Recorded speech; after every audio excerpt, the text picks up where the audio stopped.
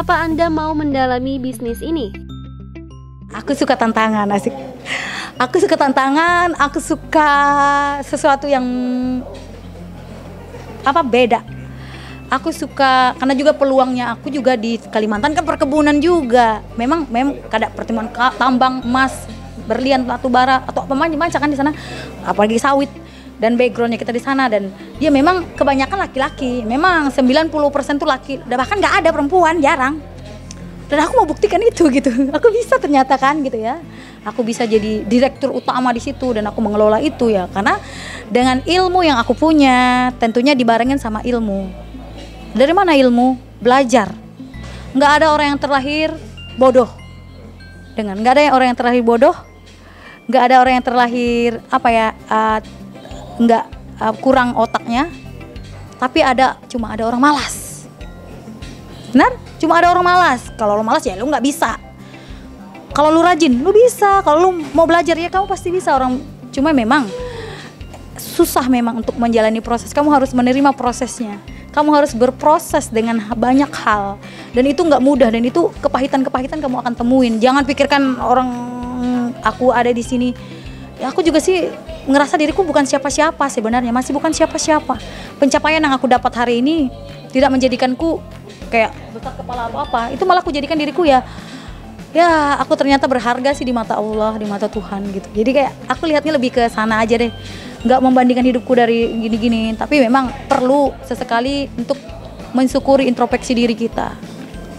Jadi saya memang suka bisnis yang kayak ekstrim ya, yang nggak banyak perempuan itu. Tapi saya didukung sama teman-teman keluarga saya kan, kakak, abang saya, adik saya. Mereka juga mengambil andil. Aku tuh nggak sendiri gitu. Tapi memang aku fightingnya untuk di bisnis ini ya itu kayak maskulin banget sih gitu kan, maskulin kan kedengarannya.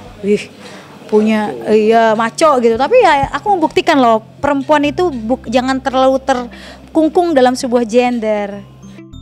Berapa jumlah karyawan yang dimiliki dari awal hingga sekarang? Dari kayak dulu tuh masih 4-5 orang karyawan.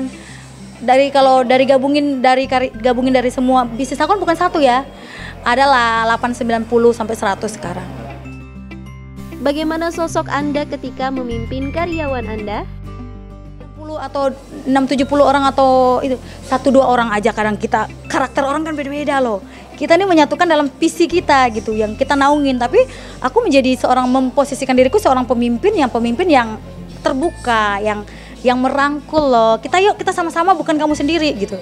Jadi gini, kayak kepemimpinan aku itu kepemimpinan yang kayak kepemimpinan sosial yang benar-benar mengerti bahwa bagaimana sih jadi karyawan. Karena aku pernah jadi karyawan. Jadi aku juga mempertimbangkan itu loh. Aku nggak mau terlalu rude, tapi aku juga nggak mau terlalu memanjakan.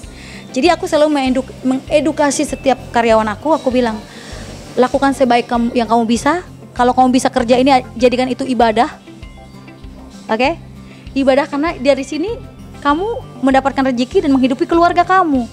Jadi jadikan itu ibadah. Kalau kamu udah ibadah berarti hal yang baik-baik loh yang kamu lakukan. Jadi aku selalu tanamkan kepada karyawan-karyawan tuh, jadikan itu ibadah. Kalau kita ibadah kan berarti yang bagus-bagus dong. Sehingga mereka tidak banyak mengalami proud, dalam arti menyeleweng, mengecewakan, mengkhianati. Jadi aku bilang, sekeras apapun pekerjaan kamu, cintain dulu, jatuh cinta dulu sama pekerjaan. Menurut Anda, seberapa penting kaum milenial untuk memulai bisnis? Penting sekali. Kalau ada modal, penting sekali. Kalau nggak ada modal, sisihkan. Sisihkan dari pencarian kamu, jangan gini. Jangan habis-habiskan dulu gini. Kalau kita kan memang jiwa muda, aku juga pernah jadi muda. Aku bahkan orang yang kayak boros juga gitu ya. Tapi nikmatin itu dinikmatin tapi harus sisihkan untuk berbisnis. Itu penting loh, bisnis itu penting. Coba peluang, kalau ada peluang tuh ambil kesempatan dan peluang. Jangan pernah sia-siakan karena kesempatan kadang nggak datang kedua kali. Jadi kalau kamu ada bisa belajar, jangan takut mencoba hal-hal yang baru. Tapi tentunya kalau kamu gagal itu akan menjadi sebuah pelajaran. Jangan dijadikan itu hal yang beban. Itu payah lagi ceritanya kalau kita berbicara kalau kamu gagal ya kamu nggak mau coba lagi. Dulu aku pernah gagal, nggak bisa. Hidup itu kan memang kayak gitu, jatuh bangun pasti ada kegagalan. Tapi kita harus punya jiwa survive, jiwa adventure yang kuat, jiwa petarung, jiwa fighting kita tuh harus benar-benar terbentuk. Itu sih.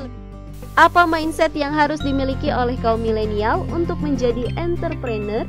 Aku bilang kalau kita bisa jadi bos, walaupun punya karyawan 1-2 orang, kayak dulu aku mulanya waktu aku masih muda ya, aku mulanya cuma 4-5 orang, 2-3 orang, tapi udah dipanggil bos loh. Ketimbang walaupun lu hebat di sebuah perusahaan, tetap aja ada lagi yang ngatur lu akan dibentuk sama sistem, lu akan bekerja karena sistem, lu akan mengikuti rule di sana. Tapi kalau bos, you yang ngatur mereka. Gue mau hari ini. Makanya sebenarnya tuh lebih enak tuh. Jadi gue bilang mindsetnya kita harus diubah gini kalau dalam dunia bisnis. Kalau kita bisa jadi bos walaupun punya karyawan sedikit, tetap aja kita bos, tetap aja orang menghargain kita, tetap aja kita, itu bosnya. Walaupun karyawan kita cuma 2-3 orang, jangan takut untuk memulai. Tapi mau sehebat apapun jabatan kita di perusahaan, intinya ya tetap aja kita karyawan. Ya memang beda ya, memang mindset kita beda. Tapi kalau bisa sih seperti itu, mindset yang harus tertanam. Karena bisnis itu peluang di Indonesia tentunya orang jadi entrepreneur jadi pengusaha itu sedikit, masih di bawah rata-rata. Sedangkan masyarakat kita ini banyak, yang potensi itu banyak, kesempatan itu banyak loh. Sayang loh kalau kita orang muda nggak punya mindset yang berbisnis. Itu gunanya kita belajar ada ekonomi ya. Ada pelajaran ekonomi. Karena ya hidup kita tuh nggak jauh-jauh dari itu. Kita makan, pengaturan keuangan, ini itu finansial. Percayalah, kalau lu udah matang secara finansial, intinya walaupun nggak juga saya kasih garansi kamu terbebas dari masalah, tapi setidaknya untuk masalah-masalah finansial ini kan krusial dalam kehidupan. Karena uang bisa bapak mama bisa berantem, adik kakak bisa berbunuh-bunuhan. Aku bilang, kalau kamu udah dewasa dan matang secara finansial, percayalah kamu akan lebih kayak merasa kamu tuh berarti lah. Kayak kamu merasa dirimu berhasil, bukan mau nunjukin orang, tapi dirimu, kepada keluarga. Jadi teladan. Jadi intinya mindsetnya untuk dunia bisnis, semaksimal mungkin kita harus ambil peluang yang ada.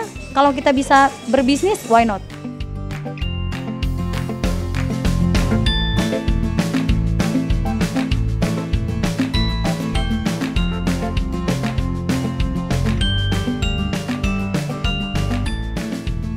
Nah pemirsa, semoga kisah tadi dapat menjadi inspirasi dan motivasi bagi Anda kaum muda yang ingin mulai berbisnis. Saksikan terus program Muda Berbisnis setiap hari Senin, Rabu, dan Jumat pukul 15.05 hanya di Badar TV. Selamat menjalankan ibadah puasa. Wassalamualaikum warahmatullahi wabarakatuh.